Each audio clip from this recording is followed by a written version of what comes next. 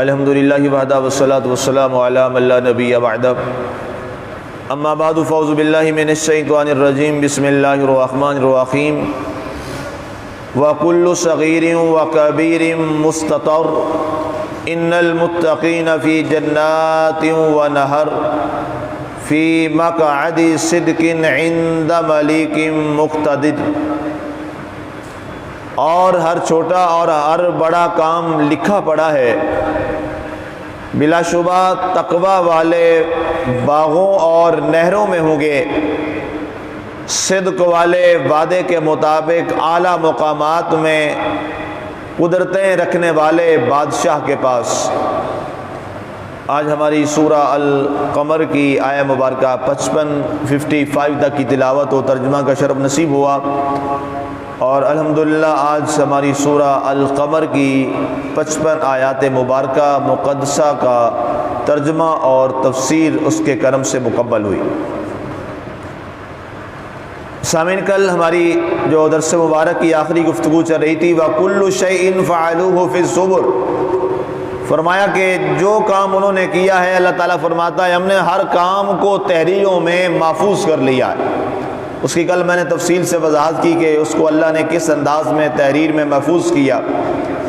اس کے بعد ارشاد ہوا وَكُلُّ صَغِيرٍ وَكَبِيرٍ مُسْتَطَرٍ، فرمایا کہ اسی طرح ہر ایک چھوٹا اور جو بڑا کام ہے، جس نے کوئی چھوٹی سے چھوٹی نیکی بھی کی اور کوئی بڑی سے بڑی نیکی کی، کوئی کسی نے چھوٹا گناہ کیا یا بڑا گناہ کیا، اللہ تعالیٰ کی ذات فرماتی ہے کہ ہم نے ہر ایک عمل کو، اچھا ہے یا برا ہے، ہم نے اس کو اپنی بارگاہ میں محفوظ کر کے لکھ لیا ہوا ہے۔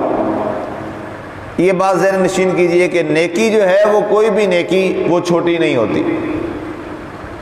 نیکی جو ہے اس کو کبھی بھی چھوٹا سمجھ کے ضائع مت کیجئے، نیکی ہمیشہ ہوتی بڑی ہے، اور گناہ جتنا بھی چھوٹے سے چھوٹا ہو وہ ہمیشہ بڑا ہی ہوتا ہے، یہ یاد رکھیے۔ اللہ کے رسول صلی اللہ علیہ وآلہ وسلم آپ تشریف فرما تھے تو آپ نے ارشاد فرمایا کہ جب تم راستے میں سے گزرو تو فرمایا راستے میں اگر کوئی ایسی چیز تم دیکھو جو مسافروں کو، راستے پر سے گزرنے والے لوگوں کو تکلیف دہ ہو، چاہے وہ چھوٹا سا پتھر ہی کیوں نہ ہو، فرمایا اس کو راستے سے ہٹا دو، اس کے بدلے میں اللہ تعالیٰ تمہیں صدقہ جاریہ کا ثواب عطا فرماتا ہے۔ اب صدقہ جاریہ کتنا بڑا ثواب ہے کہ جناب آپ کو اللہ تعالیٰ اس کی نیکی عطا فرماتا رہے گا کہ آپ نے، ایک اور حدیث پاک میں آتا ہے من دافع عن قربات من قرب الدنیا رفع اللہ عنہ من قرب الآخرہ او کما قال علیہ الصلوۃ والسلام۔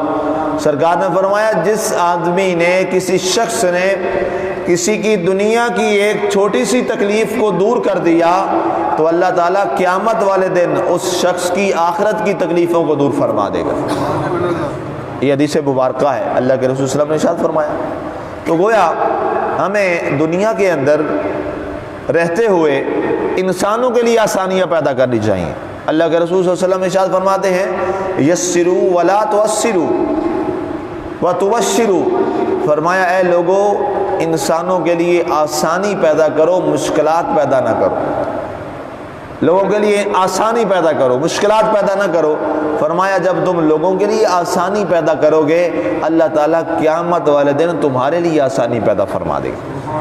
تو اس بنیاد پر یہ ذہن نشین رکھیے کہ نیکی جو ہے وہ نیکی کبھی چھوٹی ہوتی نہیں ہے، نیکی کبھی بھی چھوٹی نہیں ہوتی، نیکی ہمیشہ بڑی ہوتی ہے، اور نیکی کو اسی جذبے سے ادا کرنا چاہیے کہ میں جو عمل کر رہا ہوں یہ چھوٹا عمل نہیں ہے، یہ بہت بڑا عمل ہے، اور گناہ سے ہمیشہ اس انداز سے بھاگنا چاہیے کہ جو گناہ ہوتا ہے وہ کبھی یہ مت سمجھے یہ چھوٹا گناہ، یہ چھوٹی سی بات ہے، نہیں، گناہ بہت بڑا ہوتا ہے۔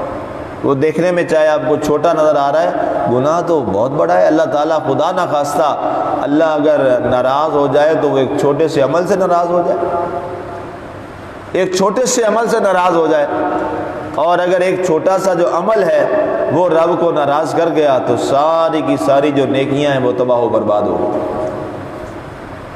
آگے ارشاد فرمایا گیا ان المتقین فی جنات و نہر، بے شک جو پرہیزگار ہیں، نیک لوگ ہیں، تقوی والے ہیں، وہ اللہ تعالیٰ کی جنت میں ہوں گے، اور وہاں جو بہتی نہریں ہیں ان نہروں کے کناروں پر اللہ تعالیٰ کے انعامات کے ساتھ نوازے جائیں گے۔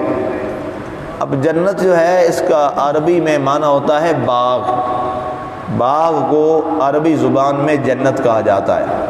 اب چونکہ وہاں پر جو اہل ایمان، جو اہل تقوی ہوں گے، اللہ تعالیٰ نے ان کے دل آفرینی کے لیے اور دل فریبی کے لیے اور دل کی خوشی کے لیے اللہ تعالیٰ نے قسم قسم کے وہاں پر باغات بنائے ہیں، اور ان باغات کو سجانے کے لیے اللہ نے کئی قسم کی وہاں پر نہریں جاری فرمائی ہیں۔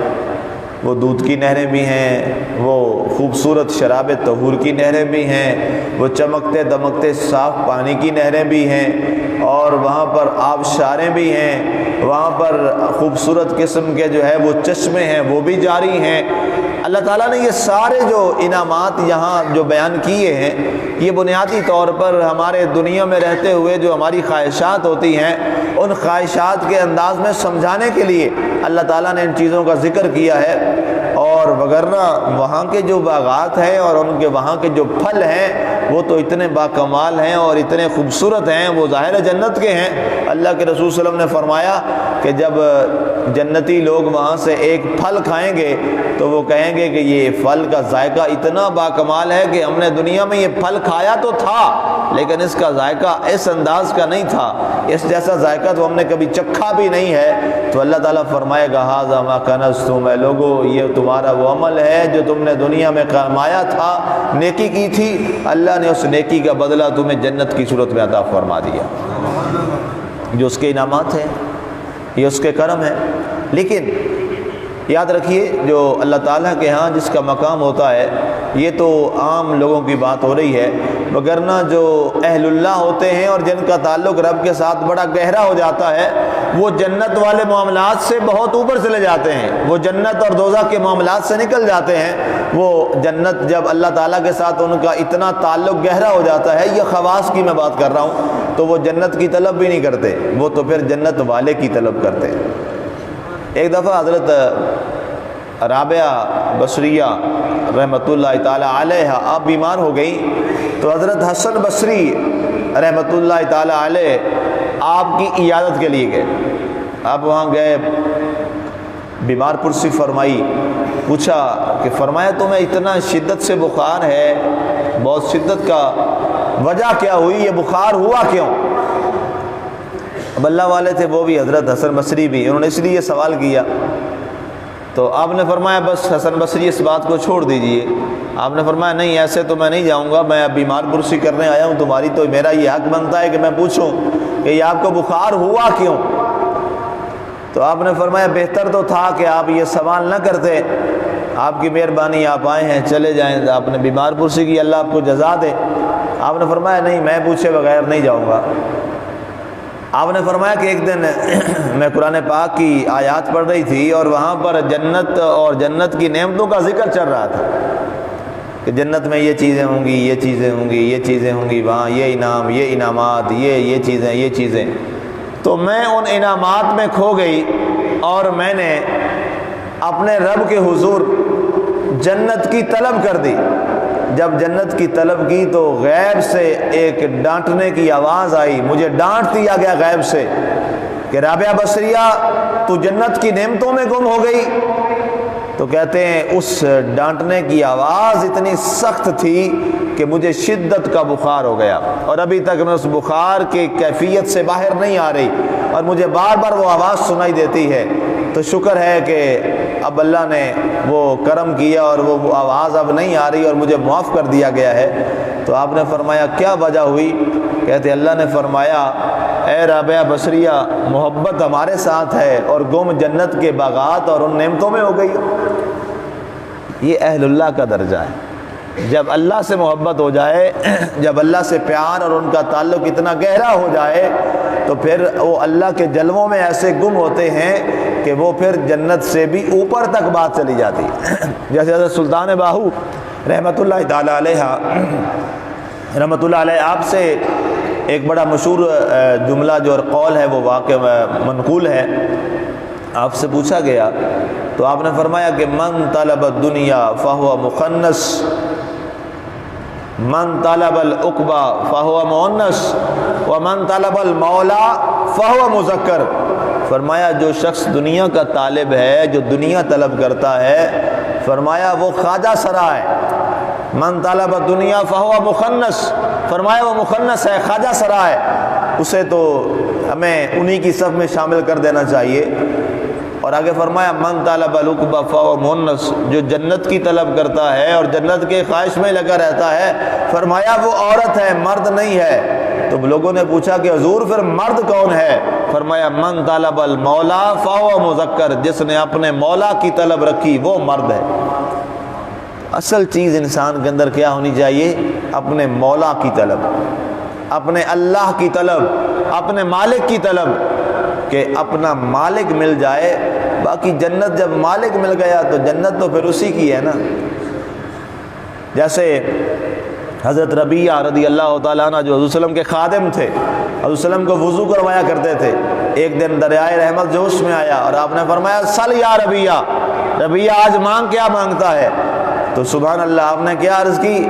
کہا یا رسول اللہ صلی اللہ علیہ وسلم سال تو مرافقتک فی الجنہ، سرکار جنت نہیں، مجھے آپ کی وہاں بھی غلامی چاہیے۔ دنیا میں آپ کی غلامی کی ہے، مجھے وہاں بھی آپ کی غلامی چاہیے۔ میں جنت کو کیا کروں؟ سرکار نے فرمایا جنت، کہا جی میں جنت کو کیا کروں گا جس جنت میں مجھے آقا کا دیدار نہ ہو؟ میں وہ جنت بھی نہیں دیکھنا چاہتا، میں تو جنت بھی وہی پسند کرتا ہوں جس میں آقا وہاں بھی آپ کی غلامی میں رہوں۔ تو سرکار نے فرمایا ٹھیک ہے ربیعہ، تم نے ہماری غلامی اور خدمت مانگی ہے، وہاں پر بھی ہم نے تمہیں اپنی غلامی عطا کر دی۔ تجھ سے تجھی کو مانگ کر مانگ لی ساری خدائی، تجھ سے تجھی کو مانگ کر مانگ لی ساری خدائی، تجھ سے تجھی کو مانگ کر اچھا رہا منگتا تیرا۔ منگتے نے مانگا بھی تو کیا؟ سرکار سے سرکار کو مانگا، اور جس کو پھر سرکار مل گئے اسے جنت کیا، اسے تو اللہ تعالیٰ کی ساری نعمتیں نصیب ہو گئی۔ تو لہٰذا ہمیں اپنے دلوں میں اپنے مولا کی طلب کو پیدا کرنا، اپنے مولا کی رضا کے لیے جب بھی کوئی عمل کریں کوشش کریں ہر عمل میں رضا کس کی ہو؟ مولا کی رضا ہو، اللہ کی رضا ہو۔ جب اللہ کی رضا ہوگی تو پھر اللہ تعالیٰ یہ جنت تو پھر بہت چھوٹی چیز رہ جائے گی، اللہ پھر اپنے قرب کا مقام عطا فرما دے گا۔ اللہ اکبر۔ فی مقعد صدق عند ملیک مقتدر، فرمایا صدق والے وعدے کے مطابق اعلیٰ مقامات میں قدرتیں رکھنے والے بادشاہ کے پاس۔ فرمایا جس نے اپنا من صادق کر لیا، جس نے اپنا من سچا کر لیا اور من کی دنیا کو پاک کر لیا۔ یہ قرآن پاک میں بار بار یہ الفاظ جو سامنے آتے ہیں، یہ بڑی اہم چیز ہے، اور اللہ کے رسول صلی اللہ علیہ وسلم نے بھی ان ساری آیات کی وضاحت ایک جملے میں فرما دی۔ سرکار نے فرمایا الا فی الجسد مضغۃ اذا صلحت صلح الجسد کلہ واذا فسدت فسد الجسد کلہ الا وہی القلب وکان رسول اللہ صلی اللہ علیہ وسلم یشار الی صدرہ۔ یہ حدیث پاک کے الفاظ بڑے کمال کے۔ سرکار نے فرمایا خبردار لوگو، انسان کے اندر ایک ایسا ٹکڑا ہے، ایک ایسا لوتھڑا ہے، اگر وہ ٹھیک ہو جائے نا تو سارے کا سارا انسان ٹھیک ہو جاتا ہے، اور اگر وہ خراب ہو گیا نا تو سارے کا سارا انسان خراب ہو جائے گا۔ آپ نے فرمایا خبردار الا وہی القلب، فرمایا خبردار وہ دل ہے۔ حضور ایسے اشارہ فرما کے آپ نے ایسے کیا۔ حدیث پاک کے الفاظ ہیں، صحابی کہتے ہیں وکانا یشار الی صدرہ، سرکار نے اپنے سینے کی طرف ایسے اشارہ کر کے فرمایا لوگو خبردار یہ دل ہے، اگر انسان کا دل صاف ہو گیا، پاک ہو گیا تو انسان کامل ہو گیا، اور اگر یہ پاک نہ ہوا تو انسان سارے کا سارا نکارہ اور بیکار ہو گیا۔ اس لیے صوفیاء اور اولیاء کرام اور اللہ کے نیک اور پاکیزہ لوگ اور اہل اللہ لوگ اور اہل حق علماء حق ہمیشہ اس بات کا پیغام اور درس دیتے رہے، اور اللہ تعالیٰ کی آیات بھی اسی بات پہ گواہ اور شاہد ہیں کہ اپنے من کی دنیا کو پاک کرو۔ جب اس من کے اندر اللہ اور اللہ کا رسول آ کر جلوہ گر ہو جائے گا تو پھر دنیا نکل جائے گی، اور اگر اس میں دنیا بھی رہے اور کوشش کریں کہ اللہ اور اللہ کا رسول آ جائے، نہیں، اللہ اور اللہ کا رسول کبھی ناپاک جگہ پہ نہیں آتا، وہ خود بھی پاک ہیں اور ان کا مسکن بھی پاک ہونا چاہیے، تو وہ یہاں پر ذات تبھی آئے گی۔ دل ایک ہے، اللہ نے قرآن میں فرمایا ما جعل اللہ لرجل من قلبین فی جوفہ، اللہ نے کسی انسان کے پہلو میں دو دل نہیں رکھے کہ ایک دل میں رحمان رہے اور ایک دل میں شیطان رہے، فرمایا دل تو ایک ہے، چاہے رحمان کو یہاں اپنا مسکن بنا لو چاہے شیطان کو بنا لو، یہ فیصلہ انسانوں ہم نے تم پہ چھوڑ دیا ہے۔ تو ہم اللہ کے حضور دعا کریں گے کہ اللہ تعالی ہمارے دل کو اپنے اور اپنے حبیب کی محبتوں کا مرکز اور مسکن بنا لے، اپنے اور اپنے حبیب کی یادوں کا مرکز اور مسکن بنا لے، اپنے اور اپنے حبیب کی غلامی کا مرکز بنا لے، اور شیطان سے اور اس کے وسوسوں سے ہمارے دلوں کو اور دنیا کے وسوسوں سے ہمارے دلوں کو محفوظ رکھے۔ آمین۔ وما علینا الا البلاغ المبین۔